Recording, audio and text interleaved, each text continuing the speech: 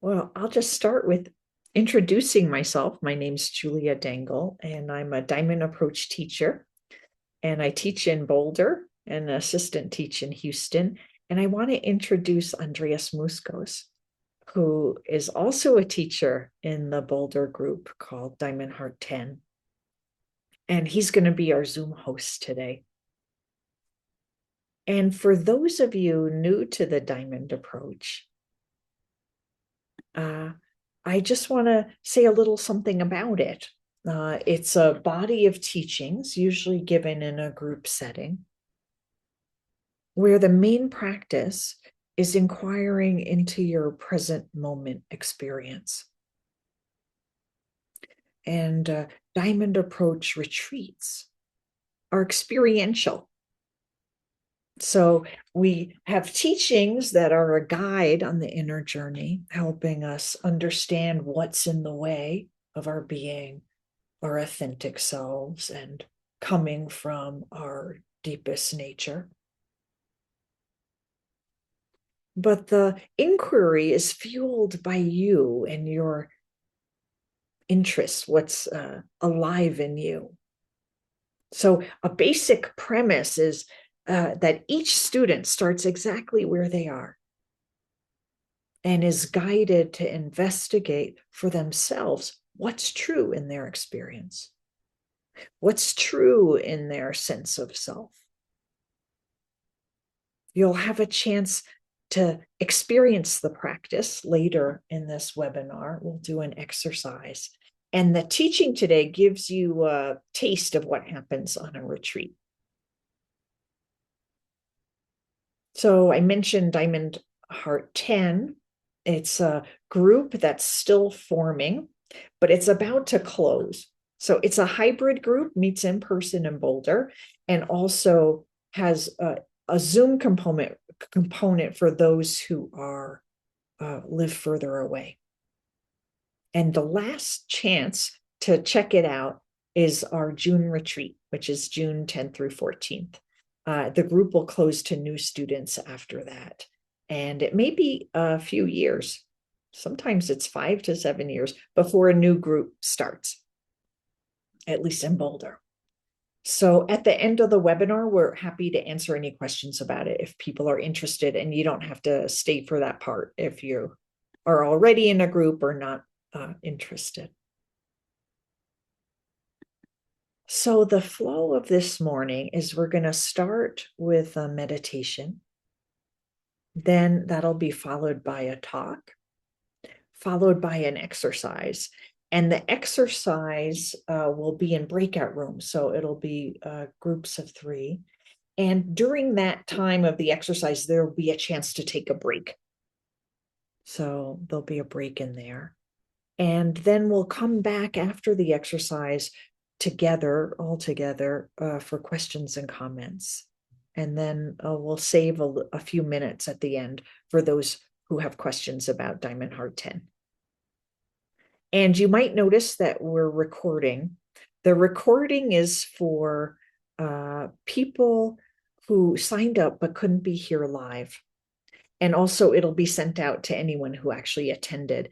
And as long as you stay muted during the talk, you won't be in the recording at all. So your confidentiality will remain. I'll record the questions and comments just for myself. That will not go out as part of the link. So anything in the question and comment time won't be sent out to anyone. So let's start with a meditation. And starting with a meditation, you might just check in that you're seated comfortably and that you're well planted in your chair so that your hips, you can sense your hips on the chair. And I think we have somebody else coming.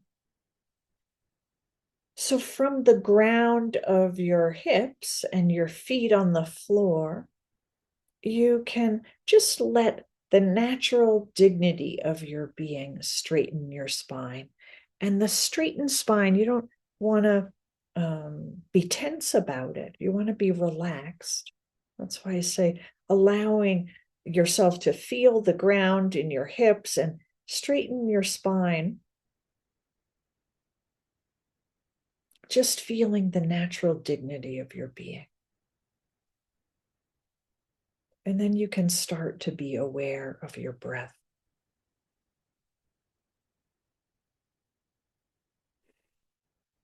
And the straightened spine just supports awakeness. So you can do whatever, if you have a meditation practice, you can do that practice. And if you don't have a meditation practice, you can just follow your breath with your attention. And especially following your breath in the movement of your lower belly, rising and falling. So helping bring your concentration down into your lower belly by following the breath there. Out of the head, into the lower belly. And thoughts will arise, and if you find yourself riding that train of thought, you can just come back to the breath in the lower belly.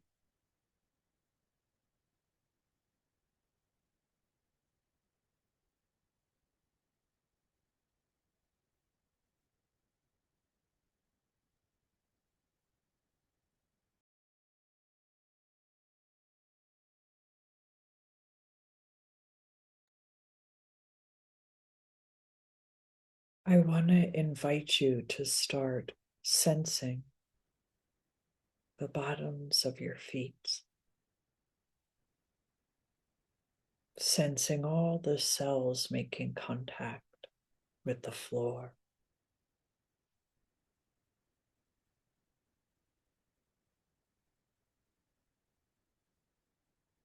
Sensing your toes.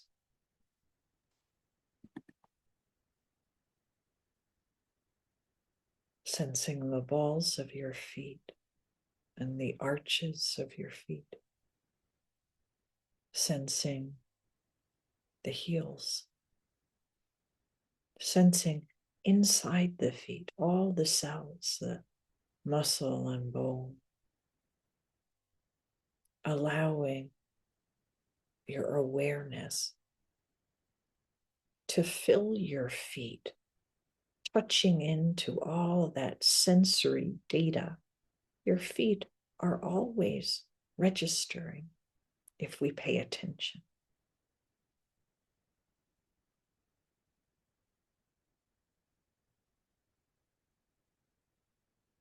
So allowing your awareness and presence to fill the feet, and now expanding to include the ankles, the inner ankles, the outer ankles. Sensing whatever's there to sense, perhaps the sock on your skin or the air, the pressure of your feet, and also inside. Allowing your awareness to expand to include your lower legs, the calves, the shins.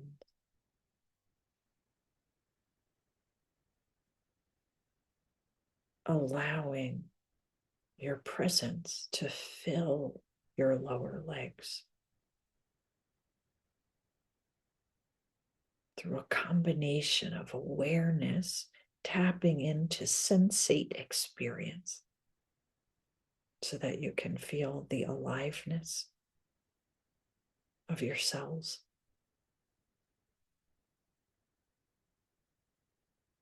And allowing that awareness to expand to include the knees, the kneecaps, the crooks of the knees, both sides. Becoming aware of what's ever there, even if it includes pain, just allowing awareness of that too.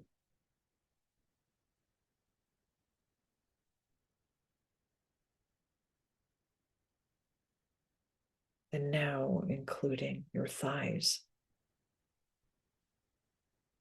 the tops of your thighs, the contact your thighs are making with your chair.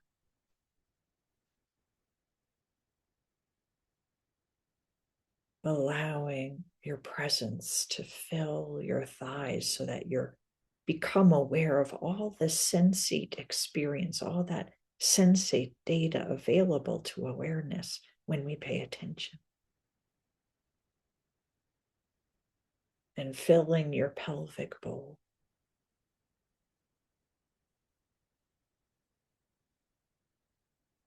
And now including your fingers.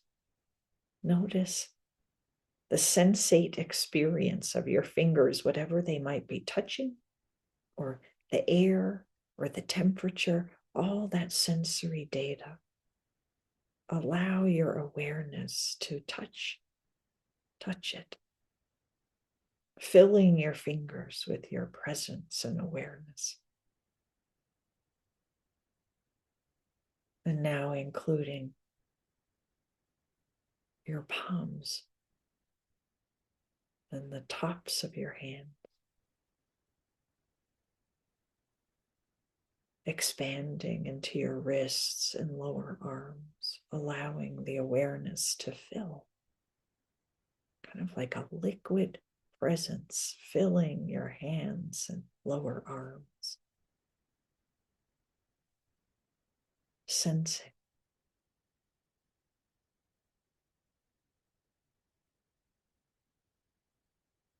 And now including your elbows, sensing whatever's there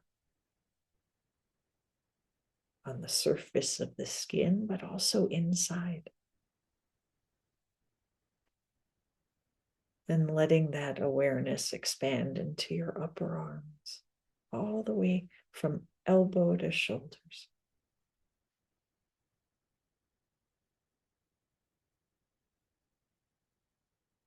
Allowing your sensate experience to come online with your awareness, feeling the presence of your arms, feeling the presence of your legs.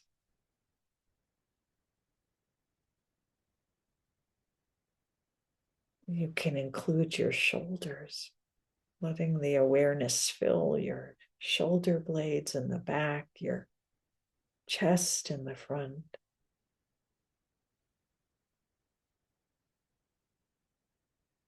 And then up into your neck, the back of your neck, the front, your throat, your jaw, your ears. Sensing also into your face and behind your face, behind your eyes,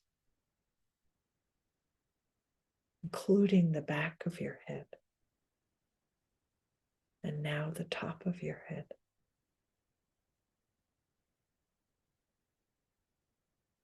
Becoming aware of your head as sensate experience, not just thoughts and thinking. And allowing your awareness to descend,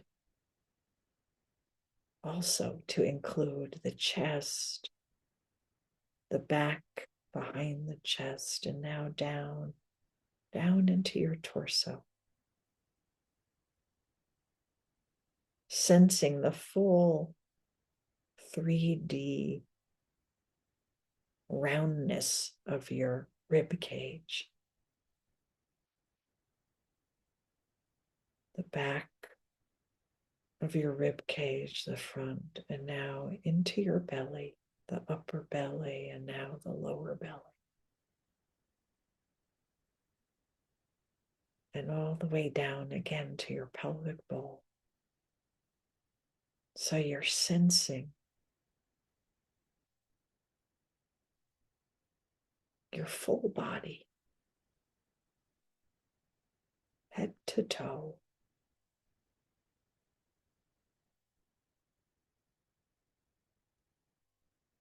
And you can become aware of listening. There's my voice, but there's probably sounds in the room you're in. when you're ready, you can open your eyes and become aware of looking. So you're sensing yourself, you're aware of listening, and you're aware of looking. And I'll ring the bell.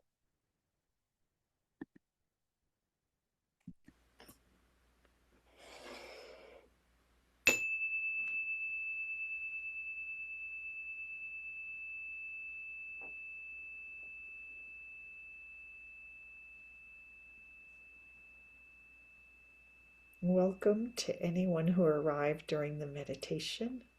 It's good to see some familiar faces and new faces. Okay. Yes, sometimes things happen and we come late. So you weren't the only one. I'm just happy to see everyone who could come. Yeah. So I'm going to start by inviting you to note your experience. And even as I'm starting, you can see what happens to your attention when someone starts. Are you still here in your experience? I want to invite you to stay close to yourself during this talk, during the exercise, and sense yourself sort of the same way we started with the meditation. That's the invitation anyway, is to stay close to you.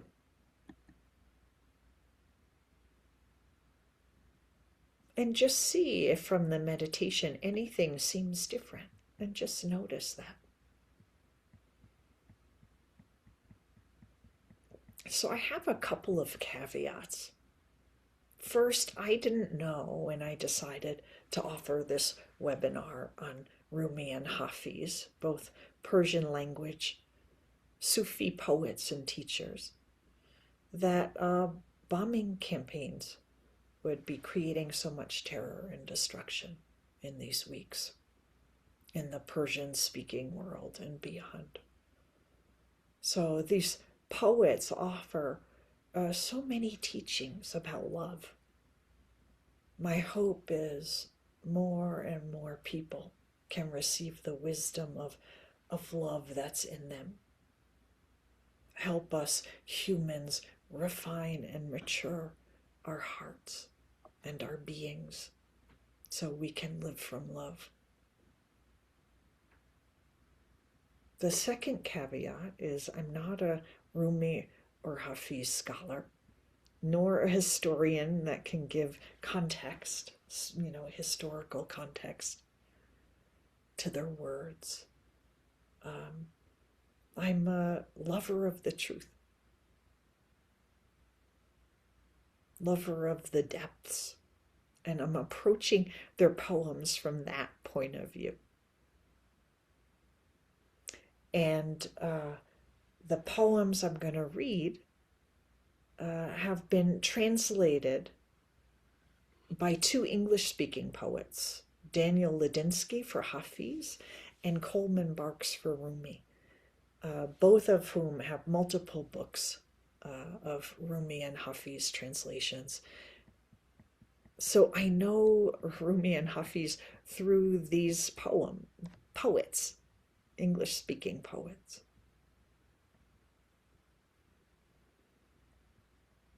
And the other way I'm offering this poetry to you today is as a diamond approach teacher. And from this vantage point, I've chosen poems that resonate with the spirit of the diamond approach in order to introduce you to the basic orientation of the spiritual path, which is remarkably resonant with some of the understandings expressed by these amazing mystic poets who wrote centuries ago, that are speaking to us across centuries. Rumi and Hafiz often speak of God as the beloved and the friend, and emphasize the importance of refining the human heart. They also describe the possibility of a love affair with God and existence. For this webinar, you don't have to conceive of God as a deity. And as I read the poems where they mention God, feel free to translate that concept into whatever works for you. Life force, true nature, essence, whatever language works for you. The diamond approach has no dogma about God. And students from many different backgrounds, Christian, Buddhist, Muslim, agnostic, atheist, all are part of the school. There's nothing you have to believe to be involved. The poetry, really all you need, I'll say, is a love of finding out what's true. True in your experience, a love of inquiring into your own personal experience and becoming intimate with your depths. So the poetry of Rumi and Hafiz arose out of a rich Sufi tradition, rich in both psychological and spiritual wisdom, with practices to support human maturation and the refinement of the human heart. So the diamond approach is its own path that also incorporates psychological and spiritual understanding to support human maturation and development in a way that can meet modern seekers where we are in this time and place, this modern world we're in, and guide us on our quest to discover our deepest nature and live from that nature. So let's start with a poem. As I read the words, I invite you to keep your gaze inward and focus on your experience of yourself. And remember, the beloved is also a name for God in Sufi literature. So see how the poem impacts your being. Maybe your heart is touched, or maybe you feel agitated. Whatever's true for you, be with that, whatever the experience. And so that's the invitation for this entire webinar, to stay close to yourself, curious about what your experience moment to moment. The first poem is by Hafiz, who often refers to himself in his poetry, and he does that in this one. It's called This Place Where You Are Right Now. This place where you are right now, God circled on a map for you. Wherever your eyes and arms and heart can move against the earth and sky, the beloved has bowed there. The beloved has bowed there knowing you were coming. I could tell you a priceless secret about your real worth, dear pilgrim. But any unkindness to yourself, any confusion about others, will keep one from accepting the grace, the love, the sublime freedom divine knowledge always offers to you. Never mind, Hafiz, about the great requirements the path demands of the wayfarers, for your soul is too full of wine tonight to withhold the wondrous truth from this world. But because I'm so clever and generous.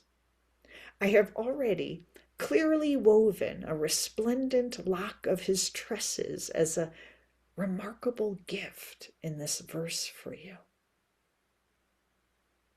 This place, where you are right now, God circled on a map. And wherever, dear, you can move against this earth and sky, the beloved has bowed there, knowing you were coming.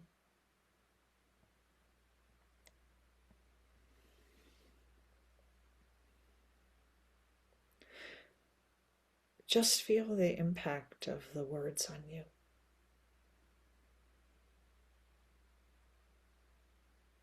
Imagine treating your current life circumstances, the place you are right now, exactly where you are, your feeling, what you're facing in your life, your longings, everything about where you are right now. Imagine treating your life with that much love and allowing, as if in this moment God is bowing to you. Whatever your current struggles are, whatever your current joys, they can be bowed to, approached as sacred, as a sacred place in the vast movement of the world's unfolding. What if we pay the utmost loving attention to where we are right now?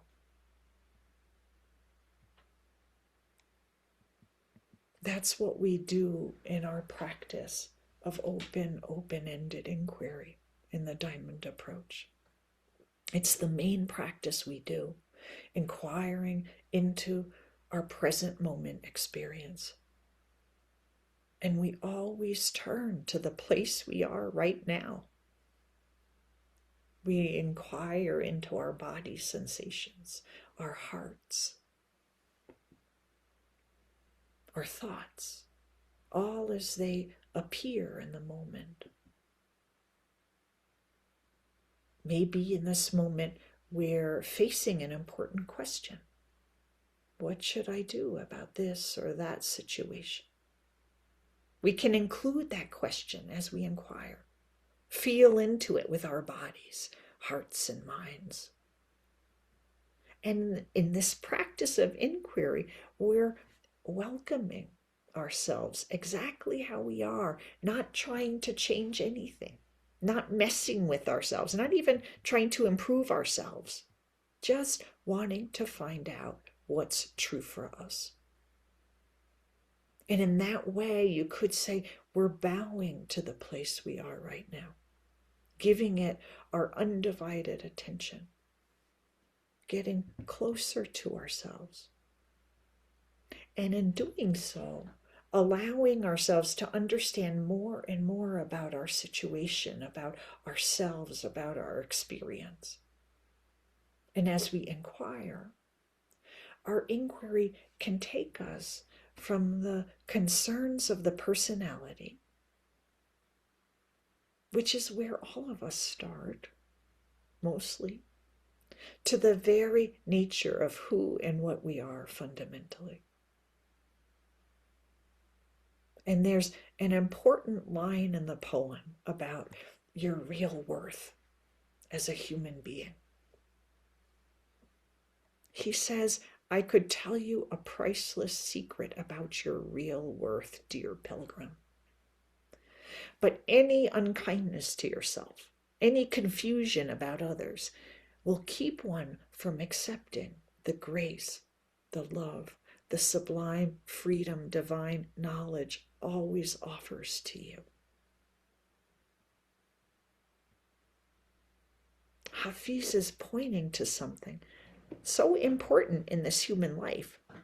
The fact that we can be unkind to ourselves and confused about our relationships and situations, and our confusion and preoccupation with feeling bad sometimes, feeling wrong or deficient or not good enough, can keep us from knowing ourselves in a deeper way, a way that includes our spiritual nature, what he calls divine knowledge.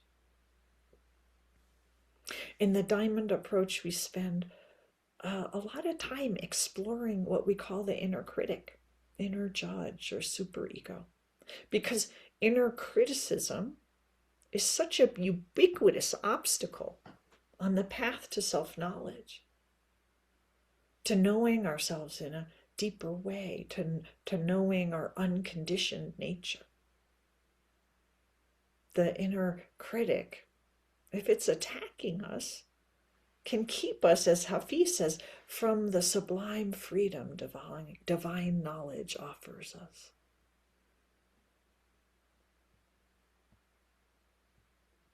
I love the ending of the poem.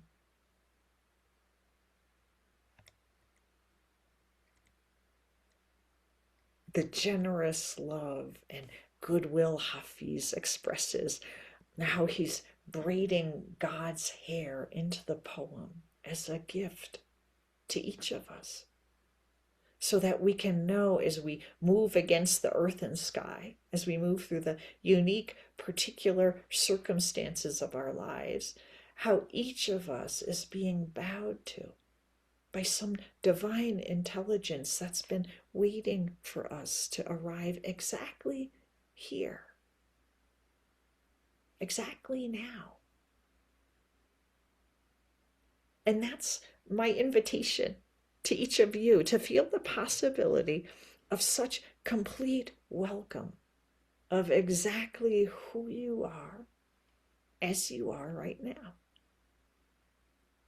in body, heart, and mind, rejecting nothing.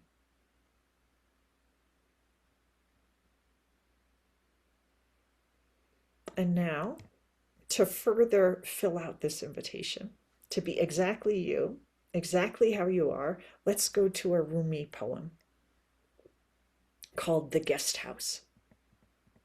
He says,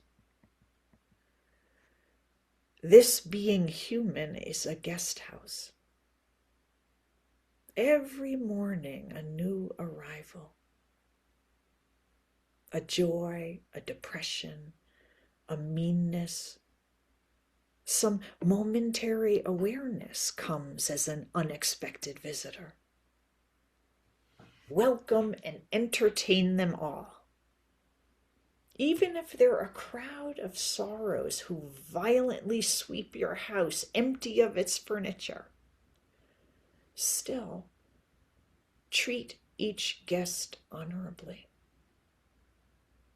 He may be clearing you out for some new delight. The dark thought, the shame, the malice. Meet them at the door laughing and invite them in. Be grateful for whatever comes, because each has been sent as a guide from beyond."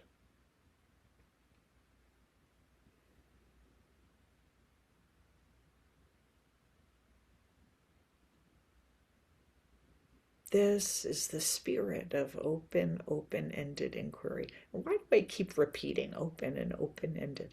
Open in the sense that it's open to anything that arises in the moment. Open-ended meaning there's no agenda to get anywhere.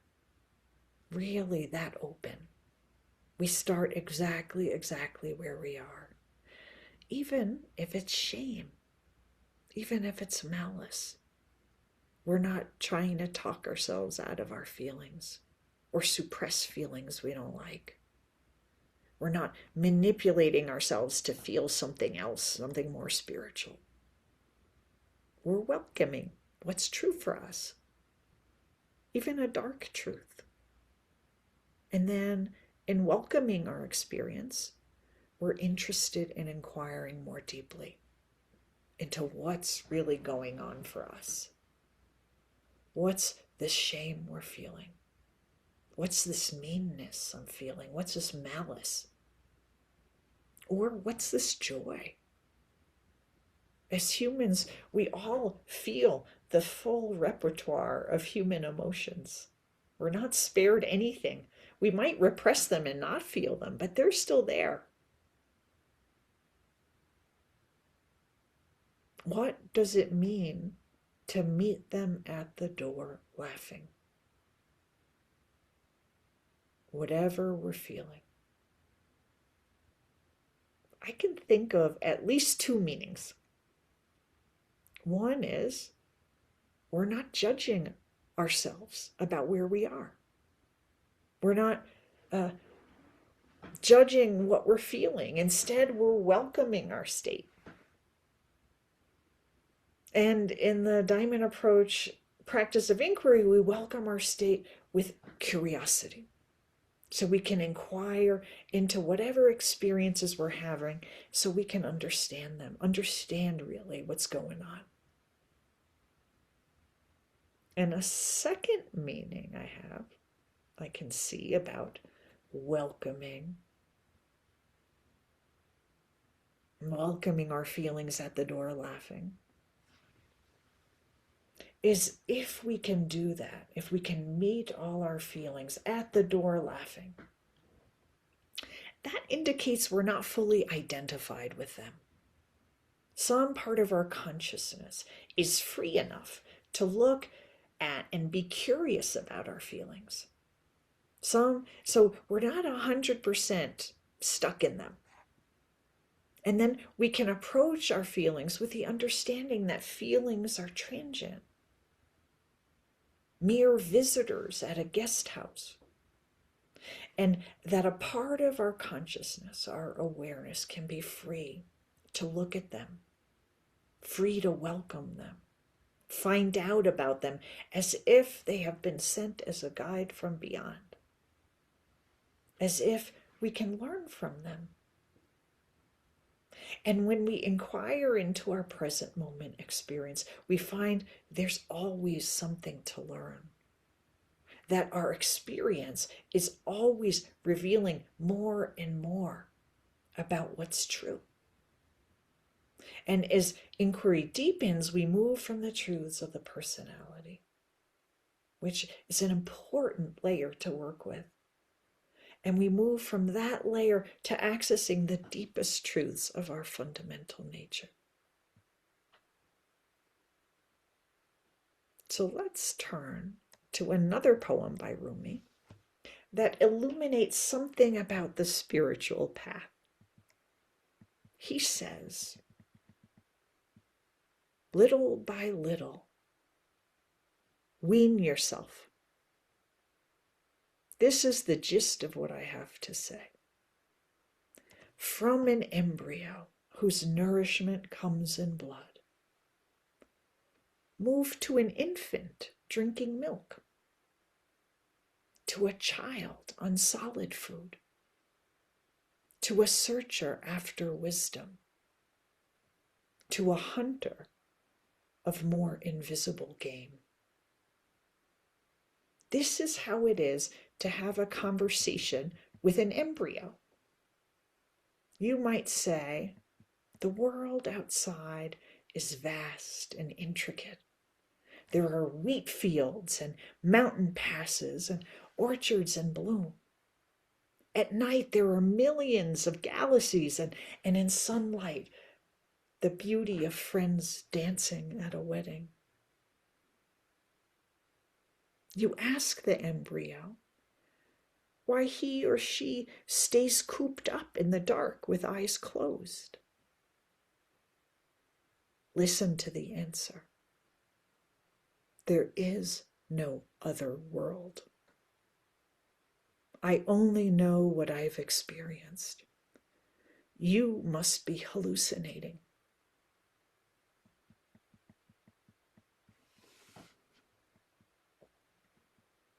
Rumi's pointing here to two fundamental truths about existence. One, we only know what we experience. And two, also that living beings tend to grow and develop, mature, and ripen. We move from embryos to childhood to adulthood. And we don't necessarily know the full potential of a human life. We only know what we experience. The spiritual path aims to develop us, support our maturation. In the conventional Western view, adulthood is marked by getting work, forming a household, maybe a family, becoming self-supporting financially, developing a community of friends and neighbors. There are many developmental achievements that conventional society sees as markers of maturity. Yet we can see some big babies that look like adults walking around the world. And some of us achieve what society imagines for us and find ourselves feeling unfulfilled, empty, dissatisfied. Like there must be something more to human life, even though we don't necessarily know what it is. Some of us might feel like the embryo, somewhat cynical. We tell ourselves there's nothing more we have. There's nothing more to life. Only what we experience. We arrived at adulthood. This is it. We know the whole thing. Others of us intuit there's a richness and depth our conventional lives haven't opened us to. And we start seeking.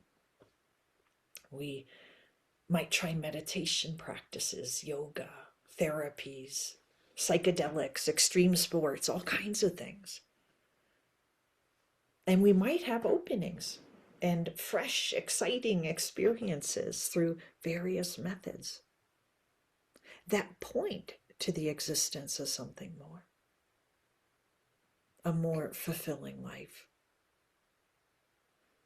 Yet many of us might return from these glimpses of something back home after these openings, yet more dissatisfied because lasting transformation eludes us. Our new perceptions fade in the inertia and expectations and habits of our daily life. So how can we come to live the deeper truths we glimpse in those moments of ecstatic opening? Rumi and Hafiz point to experiences of awakening we might long for. Here's Hafiz on one possible realization entitled "With That Moon Language." He says, admit something. Everyone you see, you say to them, love me. Of course, you don't do this out loud, otherwise someone would call the cops. Still, though, think about this great pull in us to connect. Why not become the one who lives with a full moon in each eye, that is always saying, with that sweet moon language, what every other eye in this world is dying to hear?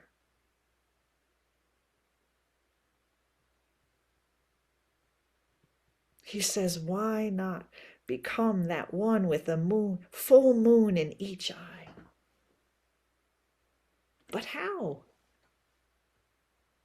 How to transform ourselves from seekers of love to realizing love as our nature, for example. From a person conditioned by history to a person of being, free, in the now. how to liberate ourselves from the cage of habits, defenses, limited identities that form in the process of growing up. Having an ongoing spiritual community can be such a help, especially if the spiritual path understands and addresses the many inner blocks we develop to realizing and living our unconditioned nature. And in the practice of inquiry in the diamond approach actually helps us see what's in the way of our living our nature, our deepest nature. So inquiry will inevitably bring up some of our blocks.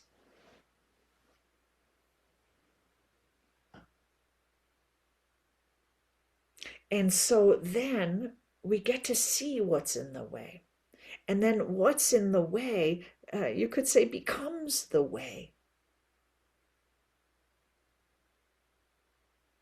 What is it for each of us that makes us snap back to a familiar self after an opening?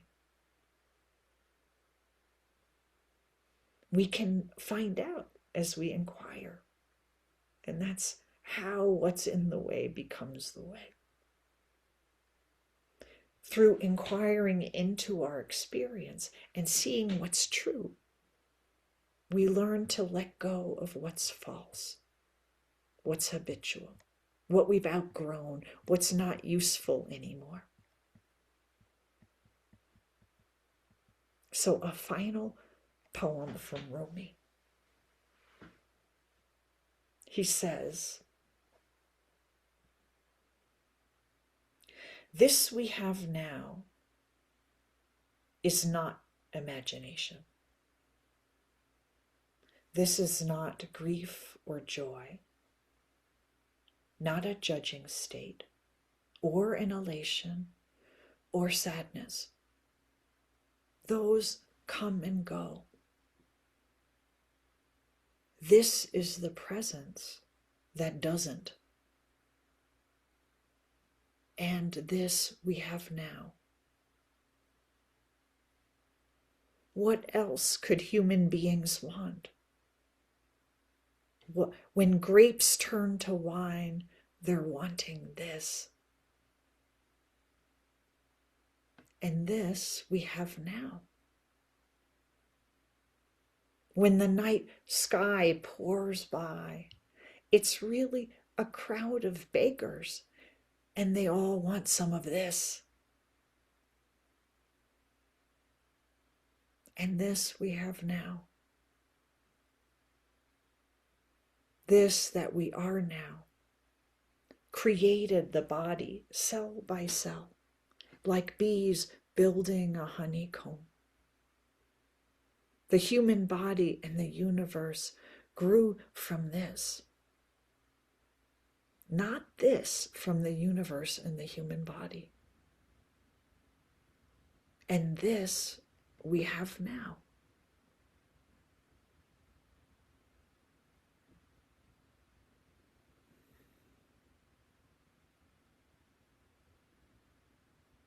So let's take a few breaths to breathe in the full implication of what Rumi is saying. Look, here we are now.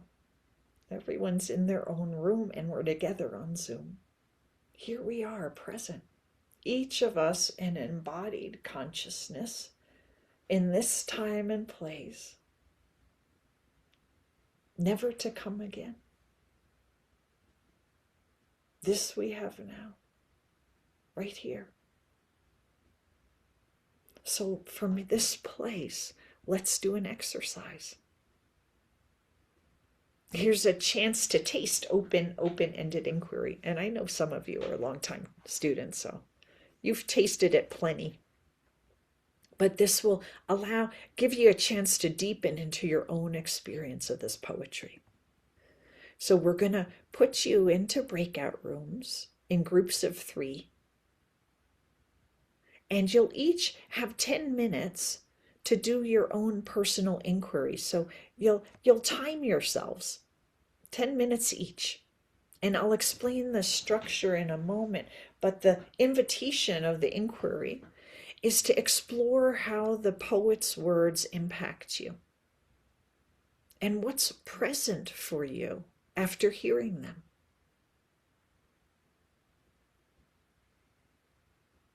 Of course, starting exactly where you are, right? And are any particular lines touching your heart? Can you relate to any of the spiritual longing or views expressed by the poets? And how do the poems relate to your own spiritual search, including what brought you to this webinar today?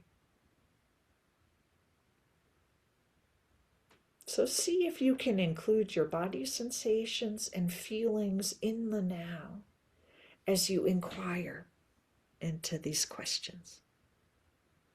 And so it'll be 10 minutes each, and then there'll be a 10-minute discussion at the end. And just for those of you new to inquiry, let me explain the structure of it, which is that the person who's doing the inquiry has a full 10 minutes to do their own inquiry. So if you're inquiring, you're not there to explain yourself or entertain the other people. You're really just using the 10 minutes to find out what's true for you. And the 2 people who are witnessing your inquiry, and at some point you'll be one of the witnesses, your task is to be as present as you can.